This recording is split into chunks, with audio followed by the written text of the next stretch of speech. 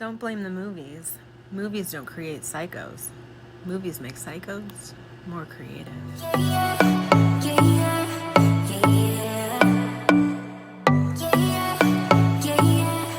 morning, good afternoon, good evening, whatever time it is that you are tuning in. This is This is Unapologetically Me, featuring me. No special guest, just me. So welcome everybody, welcome back, and if you're new here, welcome to you as well. I hope that you guys are having a great weekend so far, and this video is long overdue. So without making you wait any longer, let's talk about the Scream murders. Now I want to open this up with a quote directly from the Scream movie, in which Billy Loomis says to Sidney Prescott, "Now Sid, don't you blame the movies. Movies don't create psychos. Movies make psychos more creative." Sid, don't you blame the movies.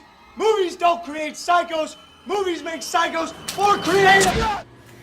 This is like the best part of the movie because it really shows how fucked up Billy Loomis actually is. And I think somewhere in there she also says, "You sick fuck, you've seen one too many scary movies." And that really, really goes along with what the topic of the video is today. So in part one of the Scream murders, the full circle, as I like to call it, I talked about the murders of Danny Rolling and being the Gainesville Ripper, and how it was the catalyst in the creation of the movie Scream. Now I'm going to flip the script. So we have the murder that inspired the movie. The movie has come out many, many years later, and we now have a murder that was inspired by the movie. So this is going to be the video about the murder of Cassie Jo Stoddart, a 16-year-old girl who was taunted and murdered like a scene right out of Kevin Williamson's script by a couple of boys who have, yes, seen one too many scary movies. They became obsessed with killing and acted out their own horror movie on the night of September 22nd, 2006, almost 1 month to the day of Danny Rolling's execution. Now, I don't think that was planned, but it is kind of eerie. So let's talk about the key players in this story first, just so that you get the names, so that I don't have to always say the last name necessarily. We have Cassie Jo Stoddart. I can't say her name for some reason. Cassie Jo Stoddart, who is the victim. We have Brian Lee Draper, suspect number 1. Tori Michael Adamczyk, or Adamczyk, I think it's Adamczyk, who is here we go. Suspect number 2. We have Matt Beckham, who was Cassie's boyfriend. We have Frank Allison and Kelsey Contreras, who are Cassie's aunt, uncle, and cousin. And we have Anna and Victor Stoddart, Cassie's parents. And then we also have Sherry Beckham, who makes a tiny little appearance in this video. And she is Matt Beckham's mother. So now that you know all the key players here, let's talk about Cassie Jo Stoddart. So she was born December 21st, 1989, and was a junior and a straight A student at Pocatello High School in Bannock County, Idaho. Now, what do you think of when you think of Bannock County, Idaho, or Pocatello, Idaho? When I think of Idaho, I think of potatoes. I certainly don't think of anything major going on in a small town in Idaho, you know? And that's usually where cases like this tend to pop up, right? So Cassie was a beautiful girl with long dark hair.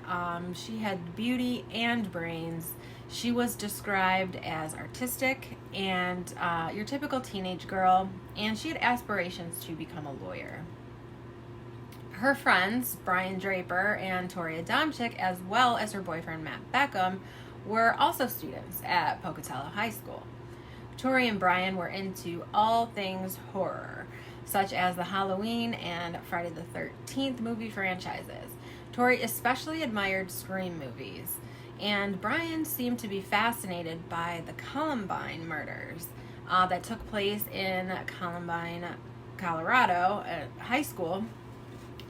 It took place in Colorado at Columbine High School back in 1999. This is where two students, seniors Eric Harris and Dylan Klebold, took the lives of 12 students and one teacher before turning their weapon on themselves.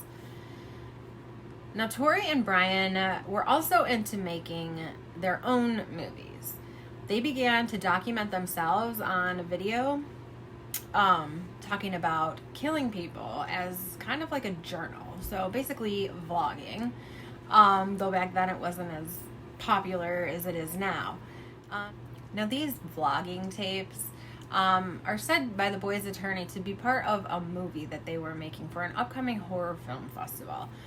But you will see how bogus that is later on, because there's so much damning evidence pointing to the contrary. September 22nd, 2006. We're skipping the next 4th hour. We're writing our plan right now. I'm telling Cassie's family, but she had to be number one.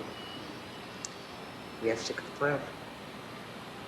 And she's perfect, so she's gonna die. So what happened in this quiet, mostly Mormon little town in southwest Idaho? Well, September 1st, 2006, Brian and Tori heard from either Matt or Cassie. This isn't clear because it's contradicting stories. But either way, that Cassie was house/pet sitting over at her aunt and uncle's house, Allison and Frank Contreras, this upcoming weekend, and that she would be alone. She invited her boyfriend Matt over with the permission of her aunt, but Brian and Tori ended up coming over too. When they came over, Matt gave them a full tour of the house, which is how they were able to get around later that evening in the dark, and they all sat down to watch a movie. Brian said that he wanted to watch Domestic Disturbance, which is pretty interesting. If you guys have ever seen that movie and know what it's about, it's a lot of like what it's very much alike as to what they did later. I can't speak again. I don't know what's going on with me, you guys. Do I need to go to the doctor or something? I don't know. Okay, so Domestic Disturbance. I think that's interesting. But anyway, the others picked Kill Bill Volume 2, so that's what they ended up watching. About an hour into the movie, Tori and Brian said that they were bored and they actually would rather go out to see a movie if they were going to be watching a movie. So they said that that's what they were going to do instead. Now, Brian said during his interrogation that Matt and Cassie were kissing and like making out the whole time. And he also admitted that he had a crush on Cassie. And actually, so did Tori. I'm getting you on tape, okay? Say hi, please. Hi. Okay, see ya.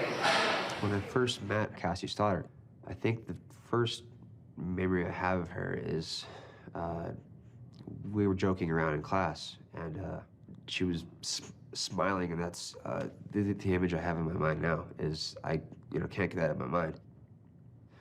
And man, that's hard to talk about. But in the beginning, she was just a nice person, and she, sorry.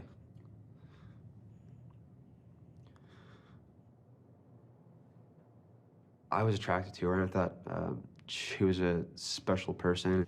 But she started going out with this other kid I knew in high school, and it kind of struck me hard, and I was like, okay, so, I am a loser. Wait, have you seen Tori?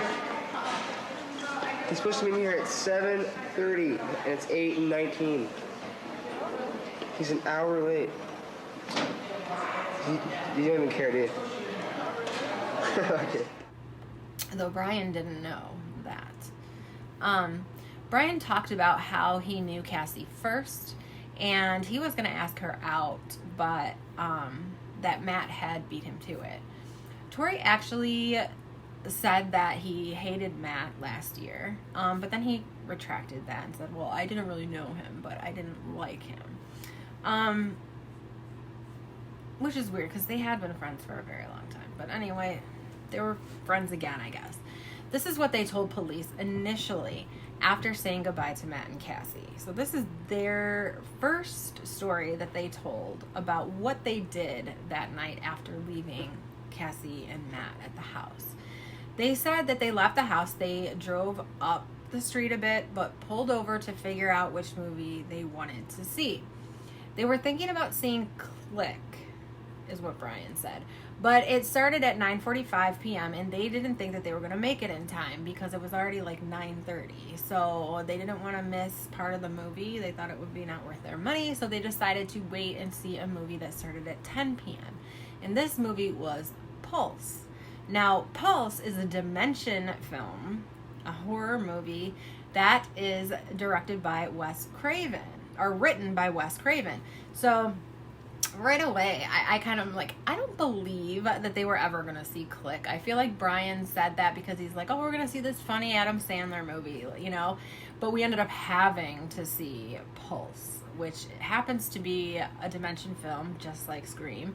And also written by Wes Craven, just like Scream. So now I know I said Kevin Williamson wrote the script. He wrote that first part of the script. Wes Craven bought the rest of it, and thus we have the saga.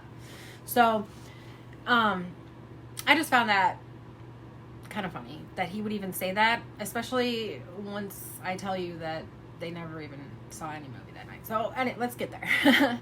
When asked about the movie and anything about the theater, like what actual theater they went into, 1, 2, 3, 4, was it to the left, was it to the right, and any of these questions, they had no information, they had no answers. Oh, well, I think it was over to the right, no, or was it left? No, it was the right, I remember. Like, it was just, they didn't know what the hell they were talking about. And when asked about the movie, they also didn't have anything to say. They would say, oh, I think, yeah, there was this guy, but then it would like go into something else, and the detectives would ask something else.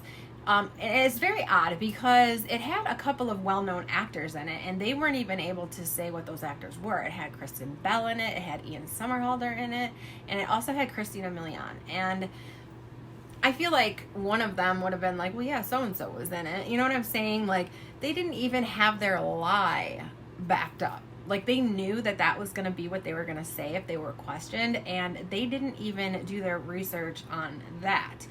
And Brian said that the ticket seller that night was a man that they didn't know, and he really couldn't think of anything that stuck out to him as far as appearance. Like, not even hair color, eye color, height, nothing. So Brian's excuse for knowing nothing about the actual movie, I mean, you go see a movie, you're in there, he said he was in there for 2 hours, and he couldn't give any type of description as to what happened. Which is funny because, like I said, this is a Dimension film, a Wes Craven film, and I don't know, I'm sure they knew what it was. I'm sure they wanted to see it, so couldn't they even remember the trailer? Anyway, Brian's excuse for knowing nothing about the movie was that there was a cute girl that was sitting a couple of seats away from him, and he was talking to her the whole time. So he wasn't really paying attention to the movie. And I'm thinking, dude, anyone, you know, all anyone would have had to do was watch the trailer. So if you were going to come up with this lie and say that you went to see this movie, why wouldn't you at least watch the trailer? Which I'm sure that they have. I think he was just kind of just, you know, when you're all fucked up because you're like, I don't know what I'm gonna say. Like, I know I'm being caught. I know they're asking me questions and I can't think of anything. Like, I'm drawing a blank because I'm scared, right? I think that's probably what happened because anyone could have seen the trailer and explained at least that much. Basically, the whole movie's in the trailer, right? It's just cut into pieces with a lot left out that makes you want to see the movie. But there's enough in the trailer to know what it's about, at least. And he couldn't even come up with that. So, and little did he know that police went and saw the movie Pulse the night before. And after they first questioned Brian and Tori at their homes. So they're like, okay, the boys are saying that they saw this movie. Let's go see this movie because we're going to question them again. And let's see, if they really saw the movie. And also, while they were there, they spoke with a female employee who actually said she knew exactly who Brian Draper and Tori Adamczyk were. That she went to high school with them, and that no, they were not there Friday night seeing a movie, and she would have known because she was the ticket giver, like she worked the ticket booth on a Friday night, so all the way till close. So she would have been the one to give 10 p.m. tickets. Now, once the boys realized that the investigators had caught them in this lie, they moved to Story B. And this is obviously a pre-planned story that they already had in their head, saying like, okay, if they don't buy this story, let's do Story B. So, Story B is, they were really going through cars that night, as in checking to see if cars were open, unlocked at all, windows down to where they could steal things out of the cars. And they didn't say this at first because they knew that it was a crime, obviously, and they didn't want to get in trouble for that. And that Tori kept saying that someone told him that it's like 10 years in prison per car that you break into. So that's why they were so afraid of admitting that that's what they were actually doing. That's what they're lying about. Not murdering Cassie. They're lying because they were going through cars. Well, the police weren't buying this either. And when investigators asked what kind of cars? What area was this in? Do you remember the street? Do you remember the color of the cars? They couldn't, again, remember anything. Their stories, that story fell apart just like the story prior. Eventually, they had no clue the types of cars, the colors. They didn't even have any stolen items, according to Brian, because all of the cars were locked. So they didn't even commit that crime because they didn't have anything. Tori, on the other hand, said that they were able to get some things, some change, a couple bucks in change each, and a thing of CDs. But eventually the jig was up on Story B. And there appeared to be no other story options that they had backed up and planned to give them an alibi. So this is where they sat. Tori maintained that they went through cars, period. Brian, however, caved. And he began crying and confessed. Though in his confession, he named Tori as the killer and himself just as a bystander who thought it was just going to be a joke that ended up, to scare her, that ended up getting out of hand. He said Tori just snapped and began stabbing her, and after that, he said that he had to kill her now. But this is what actually happened after they said goodbye to Matt and Cassie that evening, according to court transcripts. Now, I will fill in any extras from their interrogations that I think are important that aren't in the transcripts, because I wrote the script of the transcripts down, but I also wrote little notes that I wanted to add. So I'm going to do that with it, but I'll let you know. So Friday, September 22nd, 2006. After leaving the residence, Cassie's aunt and uncle's house, they got into Tori's red 1994 Geo and drove down the street of Whispering Cliffs. They pulled over and they parked. They got out of the vehicle and proceeded to put costumes on. That included dark clothing, gloves, and masks. They each also grabbed a knife. Now, these knives, where did they come from? I'm going to tell you, these knives were bought from a pawn shop, specifically for the murders. And they did initially plan on killing Matt as well. So they had bought the knives for these murders, and they had an older friend named Joe, who was of age, who was able to purchase them for him. And when Joe asked them, what the hell you guys need knives for? You know, he said, well, I'm starting a knife collection, Tori said. And everybody knew Tori was into that kind of stuff, so it was easy to believe. So he said, okay. So he went in there and he bought them knives. He purchased a total of 4 knives, and he gave them to Brian and Tori. So back to the document. They drove back and parked just east of the residence on Whispering Cliffs. They walked down the driveway to the residence with their costumes on and knives in hand. They looked through the windows prior to entering the home through the basement door on the south side that Brian had previously left unlocked during the tour that Matt gave them earlier. Remember at the beginning I told you that as soon as they got there, Matt gave them a tour of the house. Why? I don't know. Maybe he was flexing. I don't know. Because it was a really big house. The basement was finished and it had a really cool sitting area or whatever. So I don't know. I don't know why he did that, but because of that, maybe they asked for it because they needed to know the layout. So they go in there and they're like, hey, show us around. This is a pretty badass crib, you know? Let's see all the rooms and the basement. How about that? So when they were down in the basement, they actually were able to see where that door was. So sometime while they were watching Kill Bill, Brian actually went downstairs and unlocked that door. And he actually says later on in a documentary that was made that that decision was the decision that made the whole night happen. And if he could go back and do one thing different, it would be that he would not go unlock that door. It was a formula for disaster in the end, you know. The time is 9:50, September 22nd, 2006. We know there's lots of doors. There's lots of places to hide. I unlocked the back doors, so it's all locked. Now we just gotta wait. I was really the individual who snuck downstairs and unlocked the basement door. And it's that one choice where I was just kind of going along with it. I really didn't stop and say, why am I doing this? I just did it. And that one thing that I did, started this whole thing. And that's something that is hard to deal with because all I had to do was just not do that.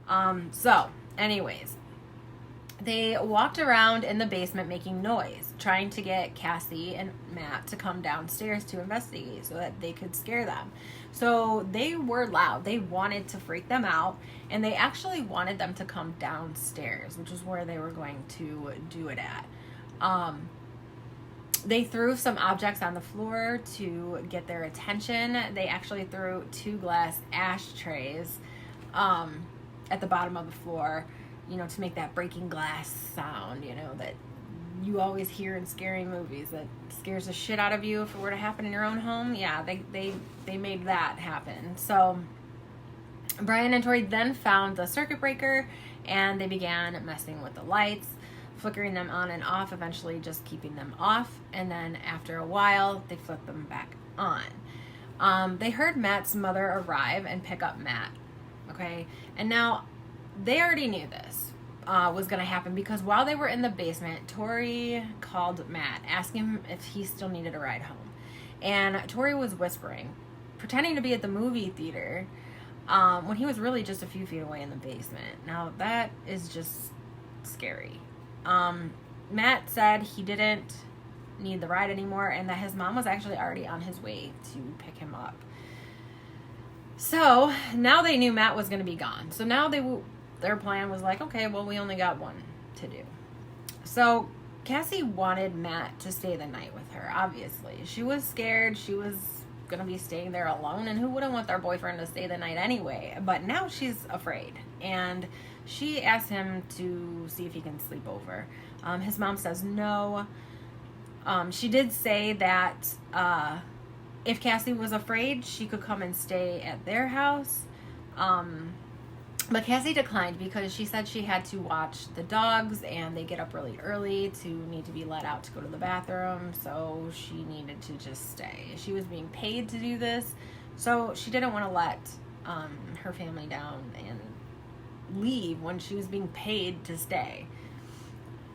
This just weirds me out because there was a lot that they did to torment them. And maybe she thought it was them playing a prank on her, you know? So maybe she thought once Matt left, it would stop.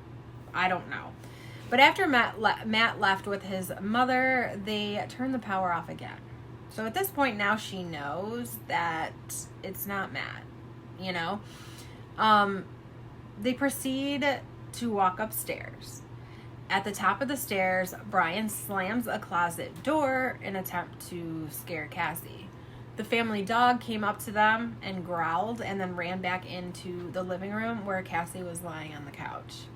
She jumped up when Brian and Tori entered the living room and asked who they were. Tori was in front of Brian, walking toward Cassie. Brian hears Cassie scream and then sees Tori stab her several times. Oh, I forgot to mention. Cassie says she's going to kick their asses. I think that's it's cute because it's totally, you know, it's like you get this straight, you're like, you know what, I'm gonna kick your ass, like, get out of my house, you know, like she knew that they were students and she possibly maybe even suspected that it was Brian and Tori the whole time, knowing the type of people that they were and what they were into. Maybe this was all part of that movie that they were making, that she wanted to be a part of, but we'll get there. So Cassie falls to the ground and Brian hears a snoring, kind of gurgling sound. And Tori turns to Brian and says, I don't know what I just did, but we have to kill her. Tori goes back to, no, this is all Brian, obviously. Tori goes back to Cassie and stabs her several more times. So this is what Brian says happened. Now, Tori says none of that happened. So they then left the residence. Now, the videotapes paint a completely different picture of what Brian is saying. After leaving the residence, Brian begins filming, like, immediately. And he states the following in this film. I just killed Cassie. I stabbed her in the throat, and I saw her lifeless body just disappear. And then he says, dude, I just killed Cassie. And then he's like going on and on, like, I can't believe it happened so fast. And, you know, and you hear Tori in the background say, shut the fuck up. We got to get our act straight. Killed Cassie. We just left her house. This is not a fucking joke. I'm shaking. I stabbed her in the throat, and I saw her lifeless body just disappear. Dude, I just killed Cassie. That felt like it wasn't even real. I mean, it went by so fast. Shut the fuck up. We got to get our act straight. Okay. So Brian's taking like full responsibility on this video recording, whereas to the police and court and everything, he's saying, no, Tori did all of it. Like, I thought it was just supposed to be like this, we were going to scare her and get it on film, you know, for our movie. So they drive to Tori's house. They stay there for a while. They're probably figuring out what the hell should we do. They go into the garage eventually and they grab a blue garbage bag and they put all of the evidence in it. The costumes, the knives, the gloves, and masks. They grab a bottle of rubbing alcohol from Tori's house and the bag and they throw it all in Tori's trunk. They leave Tori's residence and drive to a store to buy matches. Then they drive to the Black Rock Canyon area. They walk up a trail for a ways and they burn the bag with the costumes and the knives. Brian isn't sure, but he said Tori may have buried what remained of the evidence from the fire. Tori had on high-top Converse and black jeans at the time Cassie was killed, but they didn't burn those. And the shirt and pants and shoes that Brian was wearing were not burned either. They then drove back to Tori's residence and watched a movie. Like, let's just watch a movie. Like, nothing happened. Cassie's aunt and uncle, Allison and Frank Contreras, returned on Sunday, September 24th, 2 days after the murder, to find her dead body on the living room floor. And it was actually Cassie's 13-year-old cousin, Kelsey, who was the first to stumble across her blood-soaked body. She is the first one inside, probably excited to see her big cousin. She hears the TV on and goes directly up and into the living room and sees Cassie on the floor, lifeless, in a pool of blood. I mean, at 13. She screams, and Frank runs in right past Allison, sees Cassie, and yells for Allison to call 911. About the same time as this, Anna and Victor Stoddart, Cassie's parents, are pulling in the driveway as well after coming to check on Cassie from not hearing from her for the last 2 days. And they see the family in the driveway. They get out of their Jeep and they can hear Frank yelling from the window, Cassie's dead, or I think Cassie's dead. Victor runs into the home and into the living room where he sees Cassie on the floor covered in blood. Hearing Anna behind him, he turns around and grabs Anna before she gets a chance to see her daughter like that, and ushers her outside while she is just screaming to see Cassie. Anna hysterically calls Matt and says, "What the hell did you do to my daughter?" Matt had zero emotion. In fact, he didn't even respond to her. Victor, Anna's husband, Cassie's father, picks up the phone, or takes the phone from Anna, and he's like telling Matt that Cassie's dead, and still no response comes from Matt, so he hangs up the phone. Now, the parents were under the impression that Matt was staying the whole weekend with Cassie. Anna had dropped them both off on that Friday together. Anna called Cassie at 9 p.m. that same night, and Cassie missed it, but called her back saying that, "I'm sorry, my phone was on silent, everything's fine, Matt's here, he's staying here, and everything's good." Allison, Cassie's aunt, was also under the same impression that Matt was staying with Cassie the whole weekend. So, what the fuck, Matt? You know, you're a piece of shit, dude. I'm sorry. A lot of people have wanted to put this blame on him, but I don't think he had anything to do with it, because I don't see why Brian or Tori wouldn't have named him at all. And he wasn't ever named as not only being like in on the murder, but in on anything. So I don't know. I don't think that he, but his part comes in as like, what a shitty boyfriend. Really? Your girlfriend's scared shitless. It just seemed like he didn't really care a lot for her. Matt talked about in his interview that there was a used Trojan condom wrapper in the toilet, which also kind of set Brian off. Did I say Brian testified? Brian said in his police interview that there was an empty condom wrapper in the bathroom, and that kind of ticked him off. Like, he liked her, you know. Brian liked her, and here Matt has her, and now it's kind of rubbed in his face. They're making out on the couch. There's a condom wrapper in the toilet, so they clearly had sex before they got there, you know. And I think that just kind of amped him up even more, you know, with some jealousy, which helps in everything. But Matt, like, what the hell is your problem? Her autopsy revealed that she had been stabbed 30 times, 12 of which were fatal. Of course, when we have a murder, the last person to see the victim becomes suspect number 1, and suspect number 2 is usually that victim's significant other. Well, in this case, the last person to see Cassie was her significant other. So yes, of course, the police did zero in on Matt at first. Police made a note as well about Matt's seeming indifference to Cassie's death. He didn't appear to be acting the way they felt he should have been acting, or what they expected him to act like. And, you know, let me tell you, I find Matt sus as fuck. I don't care if he wasn't involved in her murder. He was a shitty ass boyfriend at the very least. Like, I don't understand. You're inviting people over to the house when you should be enjoying the weekend with your girlfriend. You're leaving her in a home that possibly is being, like, broken into. He was supposed to call her that night when he got home to check on her, and he never did. He never called her until the next morning, and that's when she didn't pick up the phone. So it's like he didn't even go home and check on her. In fact, he called Tori while he was on his way home and asked if his mom could drop him off there so he could spend the night at Tori's house.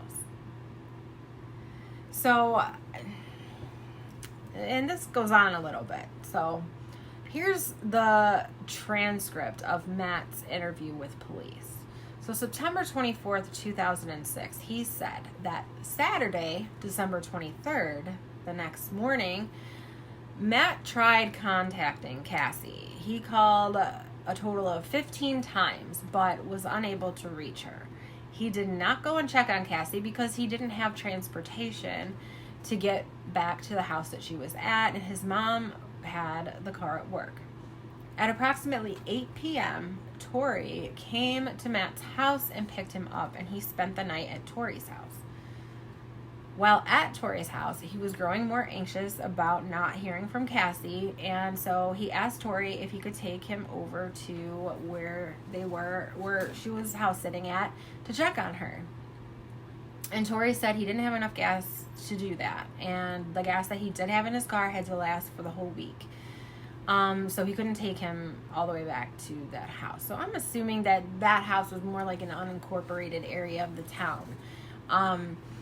And that it was out of the way. However, when Tori went to pick Matt up, I would think that Matt would have said right then and there, being that he's with a friend that has a car, dude, can we go check on Cassie real quick while we're already, like, out? I don't know why he didn't ask that. I don't know why a lot of things with Matt happened. Matt and his mom. Because I feel like his mom, as a mother, kind of could have had some responsibility in making sure that Cassie was okay after hearing all of that. I don't know. I'll talk about that in a minute, though, too. So Matt said that he didn't know about Cassie's murder at all until Cassie's mother called him on the phone that Sunday morning and asked him what he had done to her daughter. Which, by the way, her mother had called her on Saturday as well, was trying to get in contact with her all day Saturday, and couldn't reach her. And she never went and checked on her either. So obviously when she did go to check on her was that Sunday morning after she had already been killed. But why didn't she check on her Saturday? Not that it would have made a difference, because it wouldn't have. But they would have found her sooner, at least. Matt believed that Brian and Tori had crushes on Cassie. And at times they would even flirt with Cassie right in front of him. So Matt already knew that they liked her. Brian and Tori are really... Okay, so these are all things coming from Matt. Brian and Tori are really into horror and suspense movies. He also talked about the lights going on and off and being spooked, and how the dogs were going nuts, running around, growling, barking, and kind of going crazy. And the one kept going to the basement door and growling. Now, if your dog is normally like a happy-go-lucky dog, or kind of maybe a sleepy dog, or your dog is a certain way, and then all of a sudden your dog is,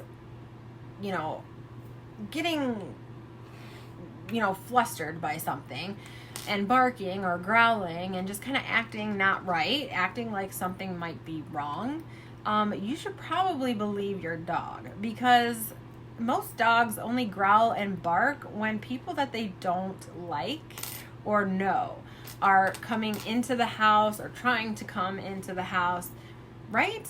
They're barking at the mailman, they're barking at the delivery guy, they're barking at anyone coming over until they get to sniff them out and, whatever. But this dog kept going back to the basement door and growling at it. And to me, I would have been out of there. I would have been out of there. when Matt's mom came to pick up Matt and she said I could stay with her, I would have been like, okay, I'm coming, you know? I don't know why she stayed. I try to get inside of her mind and try to figure out why she stayed, and I think that honestly she just thought that someone was playing a prank on her and that it wasn't serious. But I don't know. So, he says that was when he called his mom Sherry and told her what was going on, and that Cassie was really scared and wanted him to stay the night, and so he asked his mom if he could stay, and she said no, but Cassie can stay at our house. Cassie said that she couldn't because she had to let the dogs out in the morning early, but that she would be fine. I feel like Sherry right then should have said, no, you're coming with us, or I'm going to come in and make sure you're safe, or maybe we should call the cops just to make sure everything's secure in the house, or go herself and be like, let's make sure all the windows and everything is locked. I'm going to make sure nobody's here before I leave you here, you know? And if she was afraid to do that because they legit thought someone was in the house, then call the police, you know? Or make her come with you. Or say, you know, come with and I'll come. When do you have to be up to let the dogs out? 5 a.m.? Okay, I'll bring you back at 5 a.m. You know what I mean? Like, I don't know. I just find the whole thing very sus. I don't understand this. I don't know. I'm not even sure if they're telling the truth. Yet at the same time, like I said, if Matt had any part in it, Brian and Tori would have said something because they're both throwing each other under the bus and not one of them says Matt had anything to do with it. So I just think he was a shitty boyfriend, you know? It makes him look guilty, but really he's just a shitty person. I don't know. So, and then I thought about the mom. Okay, well, in hindsight, you know, it does, she should have maybe done A, B, and C. And that's how a lot of these cases end up. In hindsight. Well, we can't go back. But she may have been thinking at the time, you know, oh, they just made it up so that Matt could spend the night. You know, if she was really scared and there was really these things going on, she would probably want to come stay with us. They were just trying to see if Matt could spend the night and they could have a house to themselves, you know, for the night. So that may very well be what she was thinking. That if it really was that terrifying for Cassie, that she would have come. So she's probably thinking, nice try, you know? But when police began looking into Brian and Tori more, they found some additional disturbing information. Brian seemed to idolize the Columbine shooters and even had a website with memorials of 2 of the 13 total students killed at Columbine High School in Littleton, Colorado. I wonder which 2. And actually I think there were 15 total because those 2. So 12, 13, 14, 15. So, I didn't look at it. I don't even know if it's still there, but how much are you willing to bet that it's Eric Harris and Dylan Klebold that he has a memorial for? He even talked about this actually in one of his interviews, but that's for another time. So here's a court transcript of an anonymous person interviewed by police. Now he's talking about Tori mainly. Tori is obsessed with guns, knives, and horror films. Tori and his friend Brian are so obsessed with horror films that they're writing their own script for a horror movie.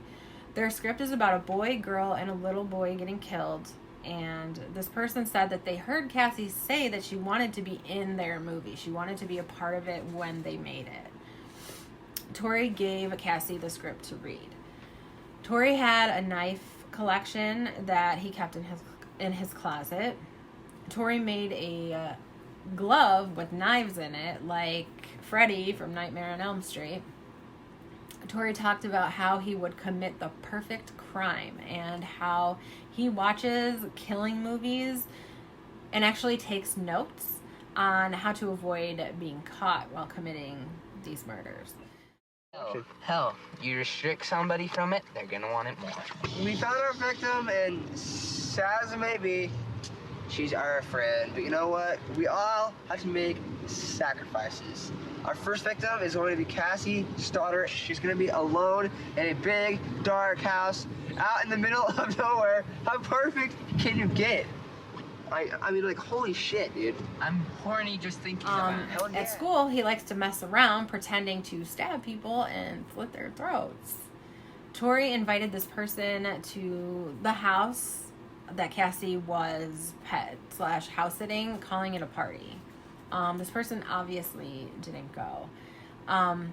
This person knows Tori had a crush on Cassie for the last 2 or 3 years. So this mini bio on Tori, coming from someone who knew him well, it reminds me of someone else. Someone else I did videos on. What do you think? Anything ring a bell? Who does he sound like? Everybody is saying that he would go around even acting out, stabbing people, and all he could think about was killing. And Aiden Fucci reminds me, same type of shit that was said about Aiden Fucci from the people that knew him. So this kind of paints a little picture of Tori for me that I don't really have for Brian. Brian, if anything, seemed like a troubled, lost soul that, you know, was befriended by Tori. And while he did, you know, think about the Columbine murders and everything like that, he was very into that because he talks about it in that documentary that I'll be bringing up. Talking about the movie Scream, how it'd be cool to actually do a Scream type crime. And I was like, oh, okay. He's like, have you ever, you know, thought about that? Not really. I mean, I've thought about other things like, you know, Columbine. And he really wasn't into that. And I was like, well, I could either be alone or I could join his plan and be with him and you know, not be alone. That they were treated like crap by everyone. Nobody saw them. But when they made the decision to do what they did that day at Columbine High School, they were it. They were everything, you know, all eyes on them. And it was a sense of empowerment, you know, that Brian noticed that he wanted to feel. So that's kind of where he came from. While as Tori, I feel like, was actually maybe a little sociopathic. I don't know. You'll see. We're almost done here, so let's get through it. Now, September 27, 2006, they were both charged with first-degree murder and conspiracy to commit murder. First Brian and then Tori. Tori maintained his innocence and his story until the police told him, dude, Brian confessed. So knock it off with the cars. Like, we know that didn't happen. Brian confessed. Give it up. And Brian had confessed. So this wasn't a tactic. Brian had already confessed. And in addition to confessing, Brian also took the police to what's it called? Black Rock Canyon to the evidence that they burned. And Brian maintains that Tori did this whole thing himself.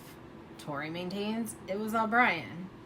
They both got life without parole plus 30 years to life sentence for the conspiracy charge. So they basically are never getting out, right? When this is all said and done. Now, they both filed appeals and they were both denied. They've actually exhausted all of their appeals. They've all been denied. But Tori is still filing motions to this very day. In fact, he had a court date the day that I typed the script up. It was Monday, February 7th, 2022. So, yeah, that's how long I typed this up and how long it's been for me to get it to you. Yeah, so that was going on. And I actually spent an hour just trying to find, and then waiting, thinking, okay, well, maybe it's later on in the day and whatever. But I was never able to find anything about it. So I don't know if that had been continued or whatever, or I just didn't search enough search engines. I really only used Google this time. Sometimes I'll use other search engines to find things. But anyway, if you're interested in that, to see yeah, he supposedly had a court appearance, a court hearing or something for something on February 7th, 2022. Now, the reason is there have been new laws put into place in Idaho stating that minors should not get life without parole. That it's considered cruel and unusual punishment for anyone under the age of 18 that is charged with a crime to get life without parole. They should always be able to have the chance for parole if they were a minor at the time. So, of course, Tori and Tori's family are just feeding on this, and they are trying to find, a way to get this to apply to Tori. Now, Brian has since spoken out, and I've been saying a couple times now, there's this documentary. He's spoken out expressing some sincere remorse and claiming responsibility for his part in what happened to Cassie Jo Stoddart. The documentary is called Lost for Life, and I did not watch the whole thing through, but I watched several parts of it, a lot of Brian, and I did watch Tori and his parents quite a bit, and I would like to watch the whole thing from start to finish. It looks very interesting, and it kind of gives you can kind of see where they're at now, whereas Brian has really taken accountability for what he's done. He hardly can talk about it without getting upset, getting emotional, and it looks very believable. I don't think he's putting on a facade. I think he really, really does feel incredible remorse for what he did.